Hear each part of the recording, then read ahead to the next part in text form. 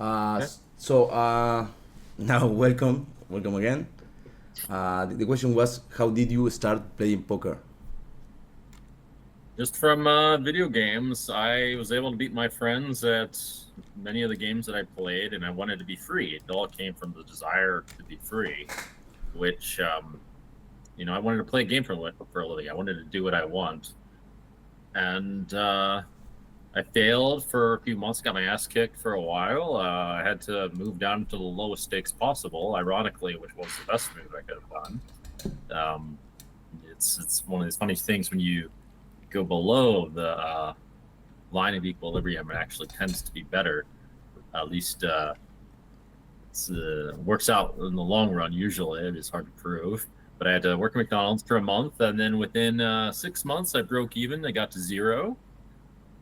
I lost 3,000 in the first few months. Got to zero in six more months, and then finally won a tournament for $5,000 right after that. So it was really quite a long curve, but accelerated after that. And in 2 years, I became a millionaire. I Yeah, want to add, if I you were 16, right? 17 when you start. 17. 17. I want to add that if you look at anything, it can be considered as something like a game, but you have to or anything where you're trying to aggregate some kind of value, like some kind of point system that can be looked at as like a game. So I view poker as sort of like a stepping stone of sorts to other endeavors that I'm now pursuing. But it's very valuable in learning lots of life lessons. Okay, that's great. So it was your first job, being a poker player. Hmm? It was your first job to be a poker player. No, it's my first job to be an intern doing absolutely nothing. I was supposed Okay. to be for some college professor, but he gave me like no instruction at all. And it was just I just didn't know what the hell was going on. So I just did nothing. Didn't seem to care what I was doing. Okay. So how did you climb so fast? I mean, it was like, What? how did you climb so fast? I mean, how did you? Climb so fast. Yeah, you climbed so fast. How did you race? A lot of focus, I would say. I think that's one of the biggest traits. Like constantly looking for feedback on the way that I was playing. I was very sensitive to feedback. I think is another thing. I wasn't very I don't know how to teach this trait, but poker does teach it eventually. But I mean, I don't have it universal anyway, but I was very flexible to the idea of being wrong and changing the way that I played. So my play had various evolutions. Like I started off as kind of like a bit weak tight, uh, like more looking for live tells. The change this time went on in all kinds of different ways. I Yeah. started structuring changes differently and like trying different things and whatever. So did you feel the difference between playing sit and goes, 5 USD sit and goes, and playing with Tom Duan or the best players on the world? Well, I feel the difference, but at some point it gets a lot easier, and I'm gonna have to veto Tom being one of the best players in the world. Um, Certainly, it was not. It was kind of intimidating, first playing him, but it was this weird bubble where. So one of these funny things when people have all the status, there's a really high chance that at some point that status diminishes because it's just really not easy to even a little bit inevitable really to maintain that status or have the inner characteristics that lead to it to keep going. I mean, it happens all the time in the real world. If you keep studying history, it's actually quite interesting. um, but that's the whole reason why nations crumble and like companies crumble. It's really hard to like keep all the same. Yeah, that's a question I want to do. What did you do on the Black Friday? I mean, you were on the your level. Yeah, you were playing really high stakes. So uh, did you move from states? Yeah, I moved to the UK and I played more on Euro sites and did some tournaments and that kind of thing. Okay, okay, that's good. So do you study your game? I mean, you were playing with the lead. You play with the lead. How do you manage to be there like almost 20 years ago, 20 years since 20 years ago? Um, Sorry for my English. It's not the best. I'm very nervous right what now. about 20 years ago? Excuse me? I mean, you still playing. You still play high stakes. So, how do you study your game to be like one of the best player? Okay, I'll explain my whole philosophy of how to do this now. And by the way, I'm creating a interactive coaching service that's meant to be more of a guiding aspect towards the way that I found success, which was not exactly being sold on any specific field, but it is poker related. One second. Okay. More based on the goal of trying to become financially independent and becoming free as I did when I was younger. That's what led me to pursue other life goals and that kind of thing. So the way that I reached success was, I really wish I followed this formula a bit more with a bit more coordination. But what I did was basically follow where the value was, and this is what I want to teach people to do. I mean, I want to teach people technical skills as well, but at some point you get diminishing returns for that. But for example, I played sit and goes for a while when I didn't really know any better, and I was winning at them, and I was winning like a fair amount. They seem simple, but I wish that I had like tried a few different things besides sit and goes, such as cash games and PLO. I wish I'd had the courage to do that. Now, one factor to keep in mind is also the volume of things that are played.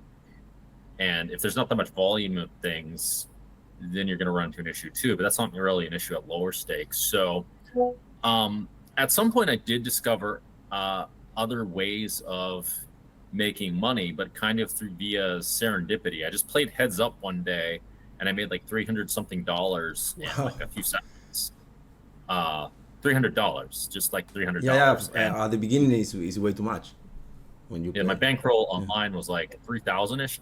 I cashed out the $5,000. So you had everything on the table. What? You had all the bank on the table. I mean. No, I had $3,000-ish, and I made like $350 at NL50, and I realized, looks like there's loads more money into this. And so I then switched to focusing the heads up because it just looked like it was a strong multiplier versus poker. Excuse me, versus a sit and go. Sit and goes. We're not that great of. I wasn't making that much money at them, and there was like fairly decent amount of variance. I think I was a little bit scared. Also, I only 4-tabled. It might be more lucrative to 8-table or whatever. And I do think taking a bit of a cold analytical approach towards doing that will be useful as well for a lot of people. That being said, I'm not particularly familiar with how people's game is hurt that much by multi-tabling. I don't have a whole lot of data on that. So what I did following that was, in the next few years, I became one of the best heads-up player in the world. The next couple of years, and then I suddenly got like no action. But in the meantime, I was learning PLO. That was a smart move. I had wished that I tried Eurosites before then, but I kept like shifting to different like areas of money to make within poker. Kept gradually shifting, and that's really how you make the money. Is like keep adapting. You don't just stay in one place and keep burrowing in. Like it wouldn't have helped me a whole lot to like keep getting better and better heads up when I'm getting less and less action. And that's really one of the overarching themes. And I think you can see that with a lot of the other poker players, except that they did a number of different things, like starting their own businesses and that kind of thing related to poker, where now I'm finally going that route. But with my route, it was a little bit more complicated and kind of backwards. A process that was more reverse engineered and not exactly money driven. Does that help answer your question? Oh yeah. Yeah, I was thinking, how did you manage to play like from millions, like on 2 years? I mean, you race super fast. Maybe you don't see it, but Oh, I mean, it's crazy. so yeah. It's really crazy. I think really, I think a big factor really was, and um, I think it's just two things. I think my ability to be really sensitive to feedback helped a lot because it does really look like my intuition for what works and what doesn't actually is very much on par. Whereas I feel like a lot of people don't really do this. They kind of just like listen to other people when it comes to deciding what's good and what's not. And I see some of these plays that people make, and they're really like, they're kind of suspect, or they can become easily minus EV. There are various ways of assessing these things, but I'd have to like go into detail to break them down in an effective and useful way. I'm gonna have to silence my phone. Give me one second. Ah, ya, es que, It's pissing me off. si alguien quiere hacer una pregunta, es el momento. Estoy. So I don't know how to Oh, teach that is one thing, ¿por qué está? other than to firstly use some common sense in deciding what's good and what's not, and remember to like listen to your intuition a bit, and also be open to the idea that you're wrong. Another thing that I did do was I was open to a lot of different perspectives, which can be a lot to take in.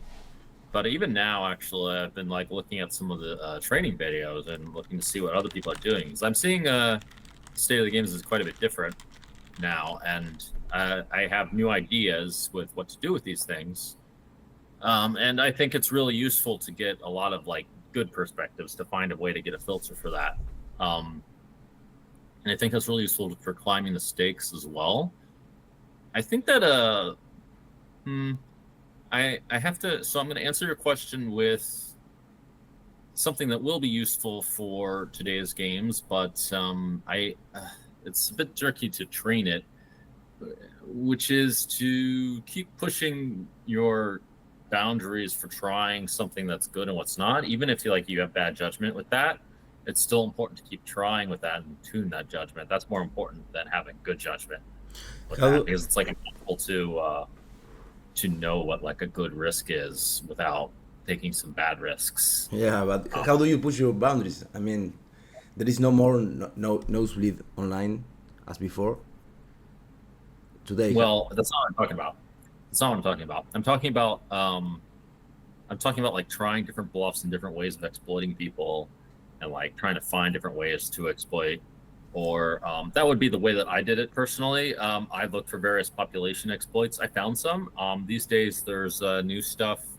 Actually, I like Patrick Howard's course quite a bit. I think it's really good. Okay. I myself promote it in my own thing, and their approach is quite unique in that way, and I don't see anything ethically wrong with it. I don't see anything ethically wrong with MDA in a vacuum. So there's that. I have a number of ideas of what to do with these solvers that I haven't currently seen people do these things with, but it will take. It takes really some focus to figure out these things, but it's going to be basically trial and error, but trial in the direction of unexplored territory is what I'm talking about. I saw a video today actually where someone was doing these things at NL fucking 200, where he just checks the river and bets like 3 times pot. Like, this is the kind of thing. Like, there's still potential in these areas. Different And stuff. if you were to do this in some soft live game, you'd find success, I promise, because it's not so easy to defend against this. And he was doing some other stuff that I rate with like mixed how do you say, not always great, but sometimes it was great. I personally find that play to be pretty good because it's really hard to defend against that. So yeah, going into the unexplored territory and trying things that should be good in like a positive kind of way is the overarching theme. And I mean, you want to also keep trying to climb stakes in some kind of ways. You want to not have debilitating life restrictions. That's really important too.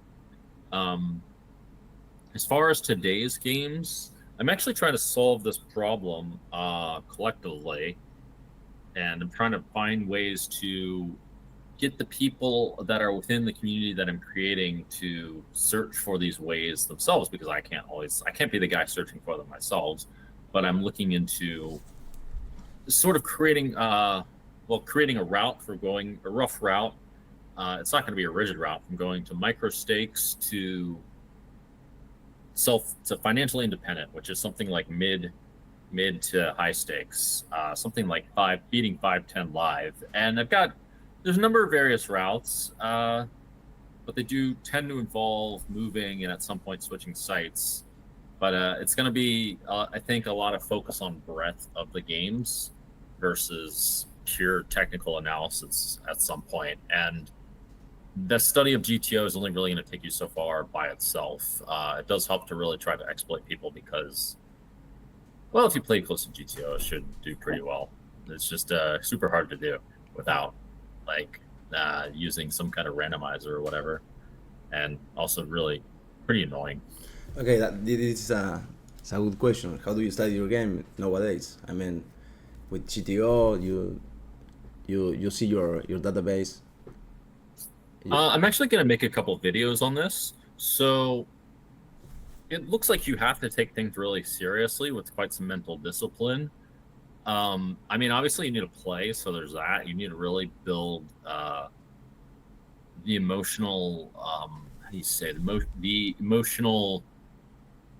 You need to get your mind used to actually playing and like get familiarity of how things work and all that. Some experiential knowledge, and then what I do when I'm really serious about a game is every single decision point where I'm even like 10% unsure, I like make a note of it and I look it up. If you're really fucking serious, that's what you do, and that's exactly what I do in a couple videos.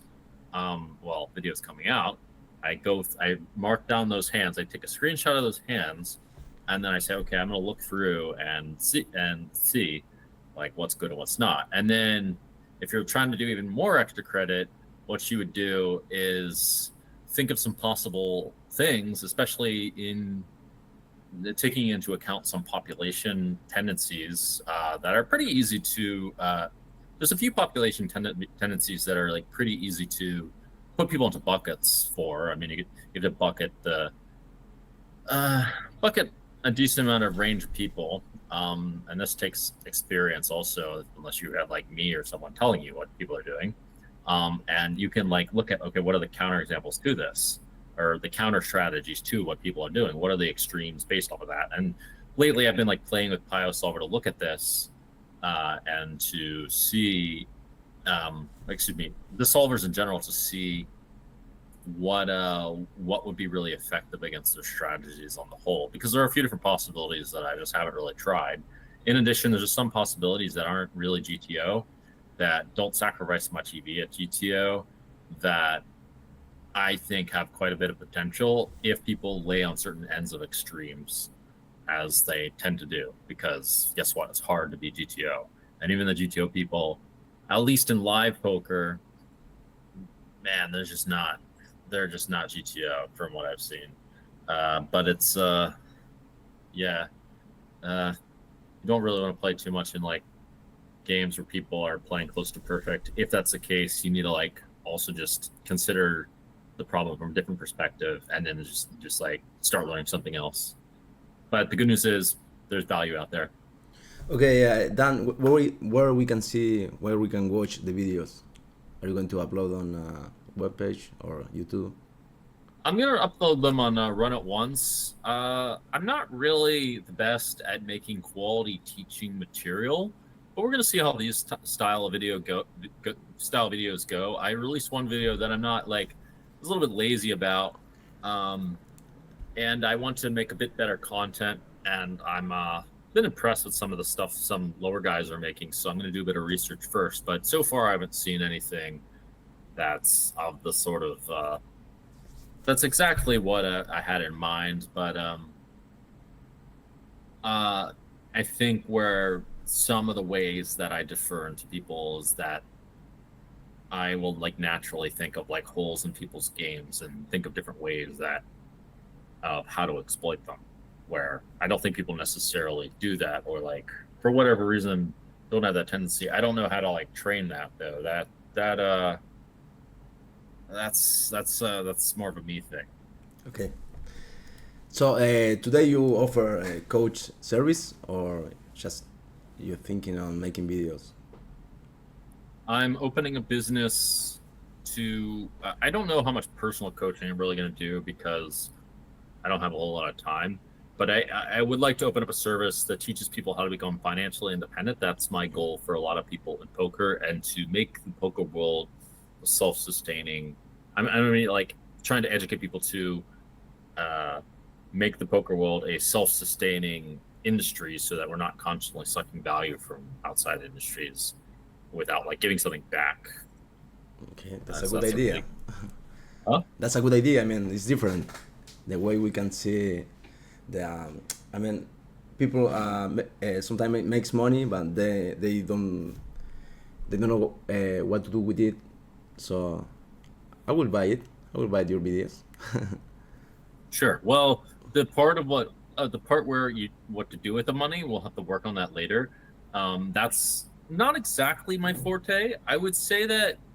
I mean, I have different goals. Like, I'm not trying to just be financially independent. That's one of the goals, but I'm trying to like get to like Elon Musk level of being able to make an impact, which requires a different strategy than just purely being financially independent and having a good life. But I do think even if you get like a lot of people towards financial independence, it does a lot of good things. And the strategy for like maintaining your wealth is a little bit different than it's a bit different than going after fucking glory. Okay. So Dan, how is your routine?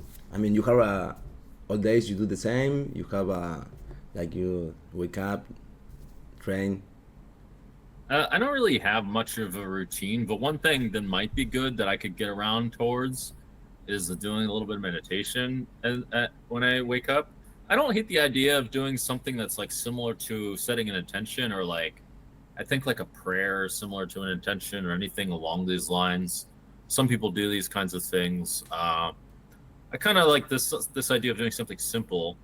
And I do. It might be the case that doing something in the morning affects what you do later. I could see how that's the case, but I can't say that I really do it. The one thing that I do really consistently when I wake up is usually go to the gym, just because if I don't get the gym in early and I play poker later, I know it's not going to happen. Yeah, yeah. You're not So, going to do it after the session.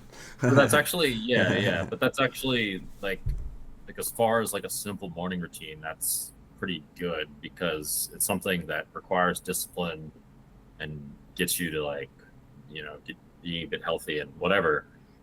There's all these other people with all these like goofy ass morning routines that I don't really see the need for. I think it's all fucking bullshit.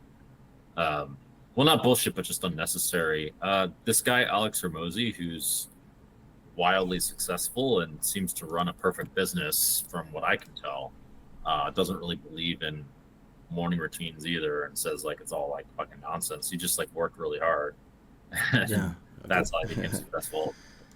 So Dan, what do you play nowadays? I mean, you play mostly live poker, right? I have succeeded in opening up a decent amount of possibilities for myself. So I pick and choose my spots. I picked some online actually. I was playing the online clubs for a while. I made there's some traps for sure which I need to educate people on. That's actually a good topic to write about. Write parallels of real life too.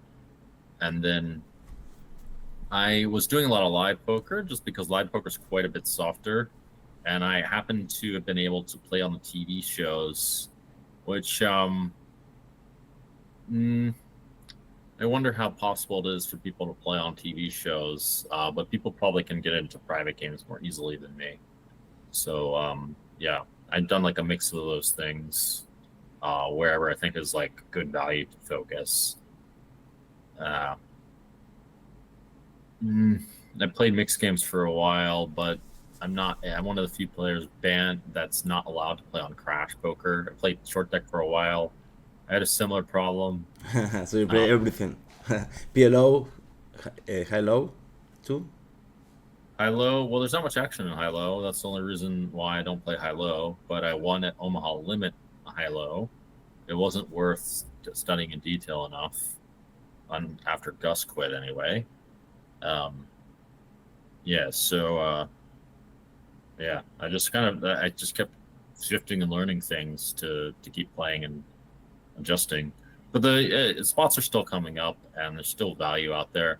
I really think the poker sites really mix up the way that the games are structured, so that there's more gambling or whatever in there, more like uncertainty, I should say. The Squid Game was really useful, for example, or like anti-structure, and that's drove some action. So now this is a new question. I didn't have it on the schedule, but you went to Brazil, and in Brazil there is no poker with casinos. It's poker room. How do you see the poker in Brazil? It's like they have a great level. I mean, great players. On Brazil, they have great players and great place to play. How was your experience on Brazil? In Brazil, there's quite some value. That's what my understanding was. People said it was pretty good, and I saw some stuff. So, I mean, if you're trying to be a professional poker player in Brazil and you can find like decent sized games that aren't cheated and all that, seems like it's alive there. It seems like a decent chance to do it. Yeah, that's good. So, how was your when you start playing poker? Like, let's go back. The first question. How was your experience like doing the transition to live poker?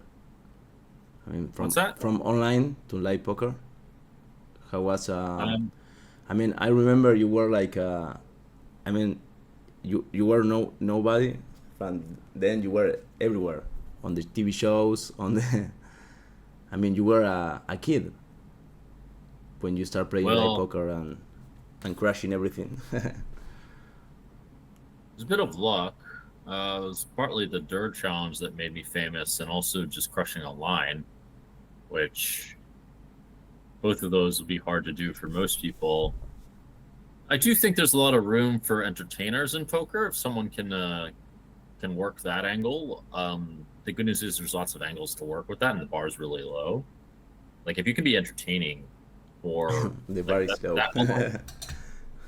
Like I'm not that good at it, but that'll probably get more TV auditions and get you into more games than being super good. To be honest, like you can either be like maybe it's more useful to like think of what your route's gonna be, like to be like either a crusher. Or like you could, I guess it helps really to set goals of what someone's trying to do. Like if you're just trying to like make like 100K a year, then okay, like that's not impossible. It's hard, but you know, whatever. If you're trying to like make a lot of money, you have to figure out some kind of long-term plan and reverse engineer it. So, lucky me, I kind of did both. How are your memories of the challenge with Duan? I remember you beat him, right? Yeah. So I actually played Tom before the challenge. I played him at 200, 400, or 100, 200. I beat him out of like $1 million. Wow, that's so sick, man. You know, he didn't seem very good. And at some point, he says to me, "Oh, why don't you play the challenge since you never lose to me?" And I'm like, yeah, maybe I will, actually. And you did. I was a bit afraid to do it because I guess it's pretty bold to lose $1 million to someone and then offer them 3-1 on the next 50,000 hands. And so I was like kind of nervous. And the irony was like he was really sure, and then most people thought Tom was the favorite. The ratings were like 60% that he would win, that 40% I would win. But the people that voted on me were the ones that actually played me. And I remember when I posted, he told me something like, "Ha ha ha! Now that you posted, I can talk shit, and you'll never beat me, you fucking idiot." Like something like that. Like he was like this cocky. I don't think he said fucking idiot, but he said something like, "You're fucking like Nah, I mean I it was so was it was a part of the game. I think the talking shit, no, this right? is like No. no, this is his sheer arrogance. Like he waited until I posted 500K to do this, and then we had some complications when it came to find his post. Of course, he said he posted 500K, I think, and he said that Ivy guaranteed another million, but that turned out to be a complete lie. And I had wild issues in collecting it. That makes me mad to think about. Of course, all kinds of problems with that stuff. But I did get my 500K back, even though fulfillment went down. So yeah, then when I played him, funny thing was that he played worse than what he played in the previous times that I played against him. So something really confusing. So I actually lost to him at first. I lost, and then I just couldn't even sleep that night. I was losing like 3 buy-ins, but I just knew I was better than this guy. He's just waiting for me, and I come back and beat him at like 8 or 6 to 8 buy-ins, I believe. And he sits out. But yeah, he played actually worse in the challenge than he did in one of the sessions where he in fact did beat me.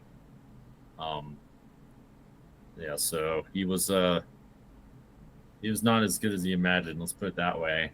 It's a common Tom theme, and well, I guess unfortunate for him, he seemed to let the variants like cocked up his ego a bit, but he wasn't very sincere about it. Yeah, I remember that was maybe the only time I used to open my session and the nosebleed. We all watch you play. It was crazy because the amounts you play. I mean, you were so confident about your game. Uh, I remember Tom. They usually speak against the opponents. I mean, I thought it was part of the show. I didn't know it was like a bad feeling of you. Like I listened to Tom talking shit because it was part of the show. I mean, everyone on those nosebleed tables speak like that. Make sense? Uh, he whatever he was doing was not a show, dude. The show was him offering that challenge to the world. That was the real show. That was a fucking lie. There were other people that challenged him too, and he ignored them. They ignored Cole South and a couple others, I think, that challenged him to PLO, and then fortunately ran into me, which probably would have. I personally thought it was worse than him playing them, and it was also more, what do you say, less forgiving with him kind of running away with it. Okay. Forgiving is not exactly the right word, but more like less willing to let him get away with it. So he ironically kind of screwed himself harder by denying them. Dan, how did you handle your mindset to win and lost that match? I mean, you were like 21, 22 maybe. Mm-hmm. I mean, it's not normal to win or lose 1 million. How did you handle to sleep or to your mindset to see, okay, this is poker. I finish the session. I go, I play video games to not thinking about winning or losing 500K or something like that. Well, the video games were just a coping mechanism. How you can say this is how I would put it. So, I mean, as if with anything, it's just a matter of what's hard and what's easy is all relative to your own experience, and it does help to have this is something that's going to be more unique to me and more unique to whoever it is that's just got grinding. Time will filter out the people that have it or not. It's just that it's more in my nature to try to compete and have to deal with these kinds of swings and these kinds of losses. I mean, that's just something that I have to do, and that as I said, time filters out the people that deal with that. You just deal with it. And then the way I look at it is that when you're pushing yourself, you want to push yourself never too hard, right? And there are actually times where comfort is a better idea of a strategy, right? Like if you break your leg, you want to use comfort then. You don't want to keep pushing your, at least when it comes to your leg, right? You don't want to keep stressing your leg out. You want to comfort the leg until it heals. So it's like the same kind of thing. If your psychology is like kind of broken and busted, you need to comfort it. So it's a matter of like applying comfort when necessary and keep pushing when you are, in a better state of mind. It's a matter of balance in that aspect, and just whoever has the traits to keep persevering will keep being there and keep getting used to the swings. Meditating should help, and other things such as yoga that actually deal with the neurobiology of your mind. That's the purpose of these things, by the way, or breath work, which has become popular. Those things also have some positive effect, and I've done a little bit of those. I think they've helped. Probably smart if I do them more. Actually, Yeah, you may not think on the money though. On those, on those. I mean, on those list tables, you may think on buy-ins. Otherwise, I don't know. For me, it's crazy. There is some videos that you explaining some moves on that. I mean, on Tour Challenge or those nosebleed you play. I remember you were so aggressive player. On that moment, the tight style was the best style, but you were aggressive, check racing, pushing, overbet.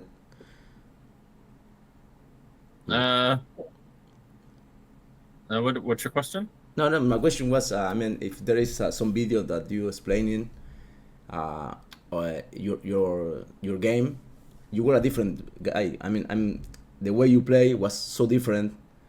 You play so aggressive. I mean, I was watching all the time. It was crazy to see you playing. I mean, the loose aggressive style you play, it wasn't normal on that moment. I mean, it was like 15 years ago. Mm-hmm. Yeah, not a question, just a comment. The question is, how do you see the poker today? So it definitely looks like there's still quite a bit of value at poker today. From what my research has indicated, I still want to get more information. It would be a bit helpful if I went through the motions myself, although I don't know if I really have the time. So I've been like interviewing people that have a lot of information on these subjects. And yeah, like I said, it definitely looks like there's still value. The question really is there any way to get value so that it's from not just from the people that play, because or if it is from the people that play, you need to open up the window for people to make mistakes, because it's kind of tighter and tighter, at least within the context of one game and just a couple of formats. But if you like start adding games and formats, then it can stay alive. Then like people can play and lose or whatever. But another problem is that the sites take a little bit too much rake, it looks like, and so there need to be alternatives that make sense for poker players. So it's still pretty good. It's still live. Let's put it that way. I wouldn't say. I don't want to say it's pretty good exactly, but decent. Let's say. It's workable.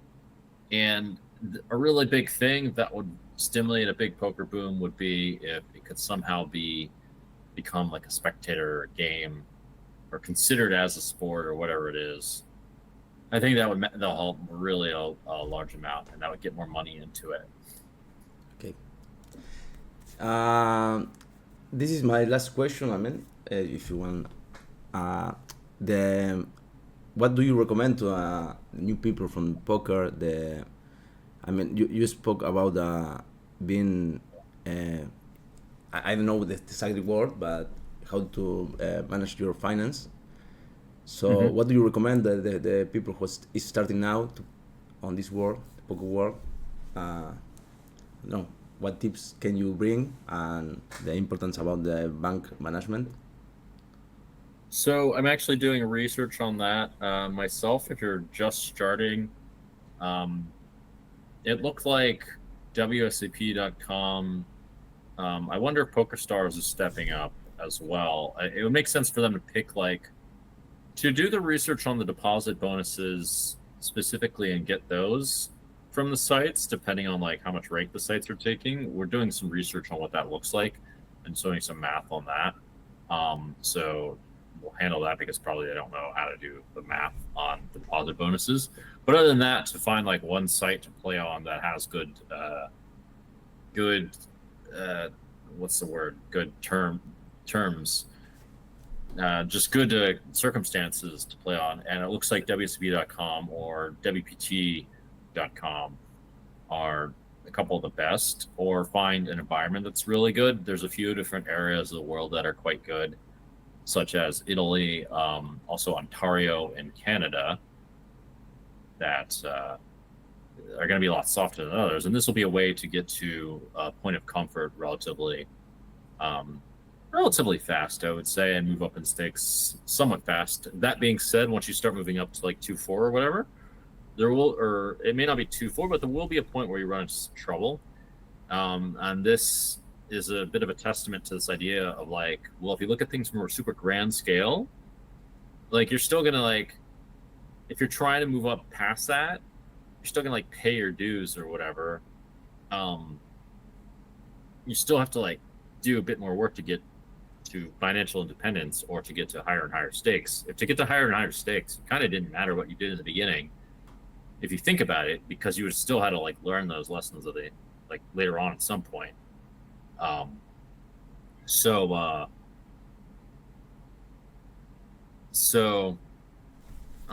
Depends on what your goals are, basically. But deposit bonuses, location of where you go. You need to get your skills up to beat micros, at least in that location.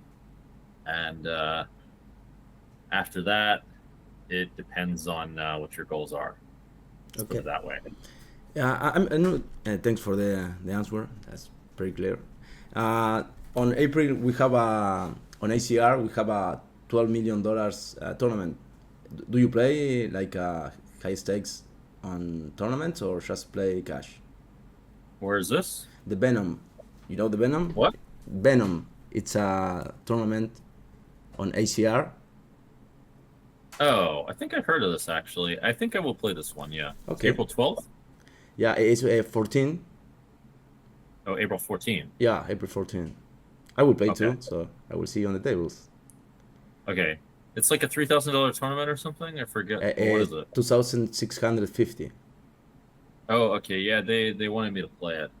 Yeah, we want you to play it. Yeah, I might play it. I was interested in this Uruguay series actually, and these other kind of crazy series. Yeah, I invited you. Oh? I invited you. I wanted to see you there. Oh, I think I couldn't do it. It was too nuts. Yeah, you were in Brazil, I think. Well, I do want to go to these wild series also. It'd be nice if they partnered with some program that created a travel package or something and made that easy. It seems like a thing. But I haven't seen anyone do that. Maybe some entrepreneur can do that and make some money with it. Okay. Then I wanna thank you for the time, and thanks for trying to understand my English. English isn't too bad. Okay. This will be on YouTube, so I will send you, and I wanna say thank you again. Mm-hmm. And we can do the season 2. All right, cool. Well, thank you for having me. Okay, thank you, brother. Have a nice day. All right. See ya. See you then.